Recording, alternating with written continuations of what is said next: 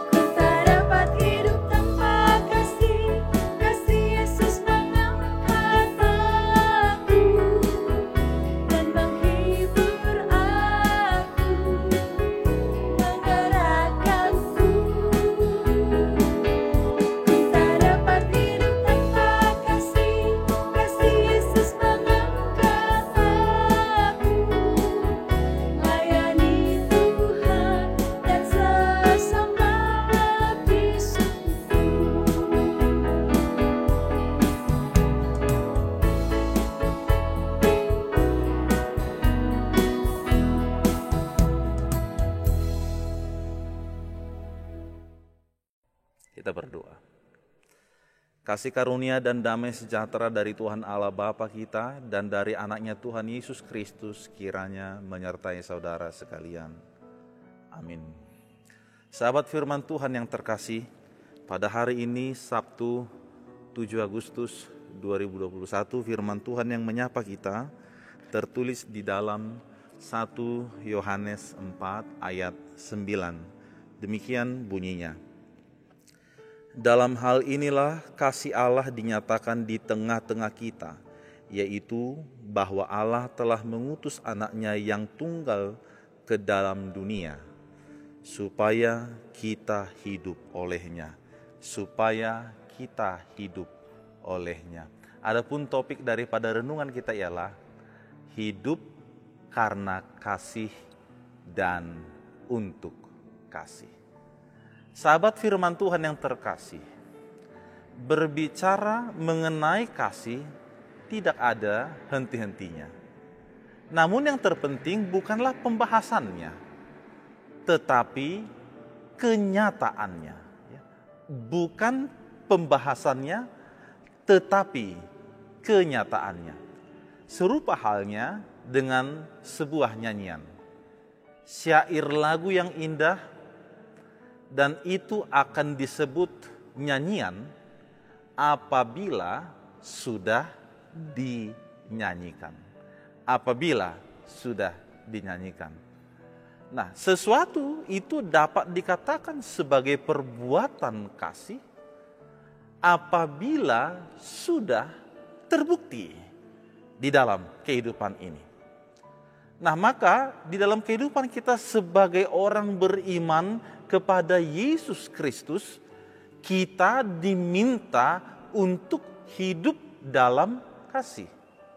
Di dalam 1 Yohanes 4 ayat 7 juga dikatakan seperti itu. Marilah kita saling mengasihi, sebab kasih itu berasal dari Allah. Kasih itu berasal dari Allah. Dan setiap orang yang mengasihi lahir dari Allah dan mengenal Allah. Karena itu, identitas pertama kita sebagai ciptaan Tuhan dan sebagai orang yang ditebus oleh darah Yesus Kristus yang kudus dan yang dituntun oleh Roh Kudus ialah kasih, bukan yang lain. Ini menjadi identitas kita. Berbahagialah kita kalau memang identitas sebagai pribadi yang tinggal di dalam kasih itu disampaikan kepada kita sebagai umat Tuhan. Amin. Amin. Ya, pernah ada yang seperti itu. Ada orang yang mengeluh. Dia terus mengeluh. Lalu ditanya, kenapa kamu mengeluh? Lalu dia bercerita, iya, saya terus dimarah-marahi oleh ada temannya, disebut teman yang satu lagi itu. Padahal katanya dia Kristen, katanya dia penuh kasih, kok saya dimarah-marahi terus? Artinya di sini saudaraku sekalian, sudah banyak orang-orang di dunia ini yang mengenal dan mengetahui identitas kita adalah sebagai pribadi yang tinggal di dalam kasih. Nah, firman hari ini juga mengatakan demikian. Dalam hal ini kasih Allah dinyatakan di tengah-tengah kita, yaitu bahwa Allah telah mengutus anaknya yang tunggal ke dalam dunia ini supaya kita hidup olehnya, agar kita hidup olehnya. Karena itu yang pertama yang mau disampaikan oleh nas ini adalah dunia ini adalah tempat kasih Allah. Dunia ini adalah tempat kasih Allah. Allah telah mengutus anaknya yang tunggal ke dunia. Nah, dunia berarti bumi ini dan segala isinya yang ada di dalamnya. Nah, ini perlu sekali untuk kita hayati bersama. Karena di dunia ini kita sedang tinggal. Di dunia ini kita sedang melakukan berbagai aktivitas kita masing-masing. Maka sesungguhnya kehidupan kita, dunia, rumah kita ini adalah kasih.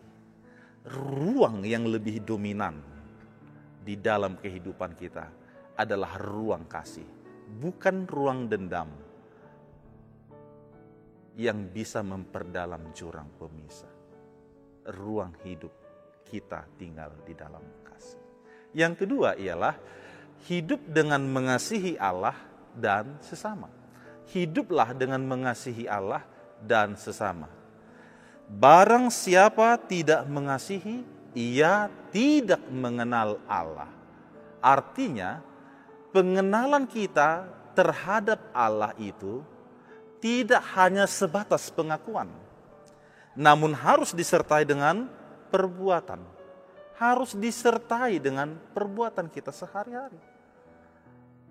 Jadi ada suatu kejadian demikian. Pada saat membangun dan mendirikan sebuah istana kerajaan, semua masyarakat diajak untuk dan dipaksa berpartisipasi. Tetapi tidak ada seorang ibu yang tua yang tidak bisa lagi untuk memberikan apa yang hendak dia berikan. Tetapi dia tahu bahwa ada barang-barang yang berat, perkakas-perkakas yang berat yang harus diangkut dari suatu perjalanan yang sangat jauh. Lalu setiap dia melihat yang lewat melintasi rumahnya, dia selalu menyediakan air putih. Hanya air putih saja. Artinya di sana perbuatan kasih itu dia nyatakan bukan dari apa yang dipaksa, tetapi dari apa yang dia bisa perbuat dalam hidupnya. Memang melakukan hal ini bukan satu hal yang mudah, namun bukan berarti juga tidak bisa. Boleh-boleh saja kita kesal karena orang lain, karena ulah orang lain yang selalu menyebarkan kabar-kabar yang tidak enak didengar tentang diri kita masing-masing, tetapi kepada kita diajak untuk tetap mengasihi mereka. Itulah firman Tuhan kepada kita sekalian. Dikatakan bukan kita yang lebih dahulu mengasihi Allah, tetapi dialah yang mengasihi diri kita masing-masing. Oleh karena itu segala perbuatan baik yang saudara-saudari lakukan di dalam kehidupan ini, semuanya itu bukan untuk menyenangkan diri kita sendiri. Bukan semuanya berdasarkan selera kita sendiri. Tetapi standarnya adalah semuanya itu sebagai bentuk penghayatan bahwa kita telah lebih dahulu dikasihi Allah dalam hidup ini. Sehingga kita juga harus hidup di dalam kasih. Dan yang terakhir, yang ketiga dikatakan, kasih memberikan kehidupan. Sekali lagi, kasih memberikan kehidupan. Paulus mengatakan di dalam 1 Korintus 13 ayat yang pertama, sekalipun aku berkata-kata dengan semua bahasa manusia, tetapi jika aku tidak mempunyai kasih, aku sama dengan gong yang berkumandang dan canang yang gemerincing. Artinya tidak memiliki dampak, tidak memiliki arti apa-apa. Nah, dikatakan Allah telah memberikan anak yang tunggal supaya kita hidup. Ini adalah pemberian Allah yang sangat berharga sekali di dalam kasih-Nya kepada kita. Maka jangan biarkan kasih Allah yang kita peroleh dalam hidup ini berhenti hanya pada diri kita masing-masing. Tetapi sebar jugalah kasih yang kita sudah rasakan dari Tuhan itu kepada orang-orang yang ada di sekitar kita. Pilihlah kasih agar hidup kita menjalani kehidupan yang indah dan yang baik. Peliharalah kasih agar damai sejahtera Allah menjadi milik kita. Hidup karena kasih dan untuk kasih. Saat ini mari kita menjadi saluran kasih. Kita lihat saudara-saudara kita yang terdampak karena COVID-19, karena PPKM yang sedang berlangsung, mereka yang sakit, yang isolasi mandiri, yang dirawat di rumah sakit. Topanglah mereka di dalam doa kita masing-masing. Sebagai saudara-saudara seiman yang saling menopang, menguatkan di dalam kasih. Agar mereka semangat dan pada akhirnya mereka kuat, mereka menang dan dapat kembali bersama dengan kita dengan sukacita surgawi dalam kesehatan yang Tuhan anugerahkan. Amin, kita berdoa. Terima kasih ya Tuhan Allah Bapa kami yang di surga. Engkau adalah kasih dan mengajak kami agar hidup di dalam kasih. Pada pagi hari ini juga kami telah merasakan kasih-Mu yang telah menuntun dan juga memberikan waktu, kesempatan yang amat berharga bagi kami sekalian. Biarlah melaluinya juga kami senantiasa bersyukur kepada Tuhan. Melaluinya juga kami tetap melakukan apa yang seturut dengan kehendak Tuhan yang Kau firmankan di dalam kehidupan kami masing-masing. Karena Engkau mengutus kami agar kami juga menjadi pelaku-pelaku kasih itu. Dimanapun kami berada, melalui tutur kata, melalui perbuatan kami, melalui sikap kami, seluruh hidup kami. Hendaklah kami menunjukkan bahwa kami mengenal Allah dan karenanya kami dimampukan agar memelihara kasih persaudaraan itu. Di sanalah tercipta kehidupan. Di sanalah tercipta keharmonisan. Di sanalah wujud daripada kerajaan Allah, keluarga Allah. Bila mana hidup kami sekalian, hidup saling berdampingan dan saling berbagi di dalam kasih. Terlebih-lebih pada masa-masa yang sulit yang kami hadapi kini, kami tidak sanggup bila mana kami memikirkan diri kami masing-masing. Tapi biarlah kami dapat terhibur, semangat, dan juga bangkit dari berbagai kondisi yang kami alami. Ketika kami saling menopang dalam kasih-Mu. Terlebih-lebih ketika kami menghayati akan kasih Tuhan yang Kau nyatakan bagi kami. Bahwa di dalamnya kami percaya kasih-Mu memenangkan dan memulihkan kehidupan kami masing-masing. Terima kasih Tuhan Allah Bapa kami yang di surga. Berkatilah seluruh saudara-saudara kami, seluruh jemaat-Mu, orang-orang Kristen dimanapun berada, dari anak kecil hingga orang yang dewasa. Lindungi dan tuntunlah mereka. Jauhkanlah kami dari segala mara bahaya COVID-19 ini. Biarlah Engkau yang menyingkirkan musibah ini. Sebab hanya kepadamu lah kami berserah dan berlindung. Sertai juga pemerintah kami. Pakailah mereka menjadi alat Tuhan, mendatangkan kebaikan bagi seluruh kami umat yang Kau kasihi. Terpujilah nama-Mu Bapa. Di dalam nama Yesus Kristus kami berdoa. Amin. Baik Bapak Ibu Saudara-saudaraku semuanya, dimanapun berada, tetap jaga kesehatan, memakai masker selalu, ya, dan memelihara setiap aktivitas kita agar tetap senantiasa di dalam kebaikan yang Tuhan sediakan. Tuhan memberkati.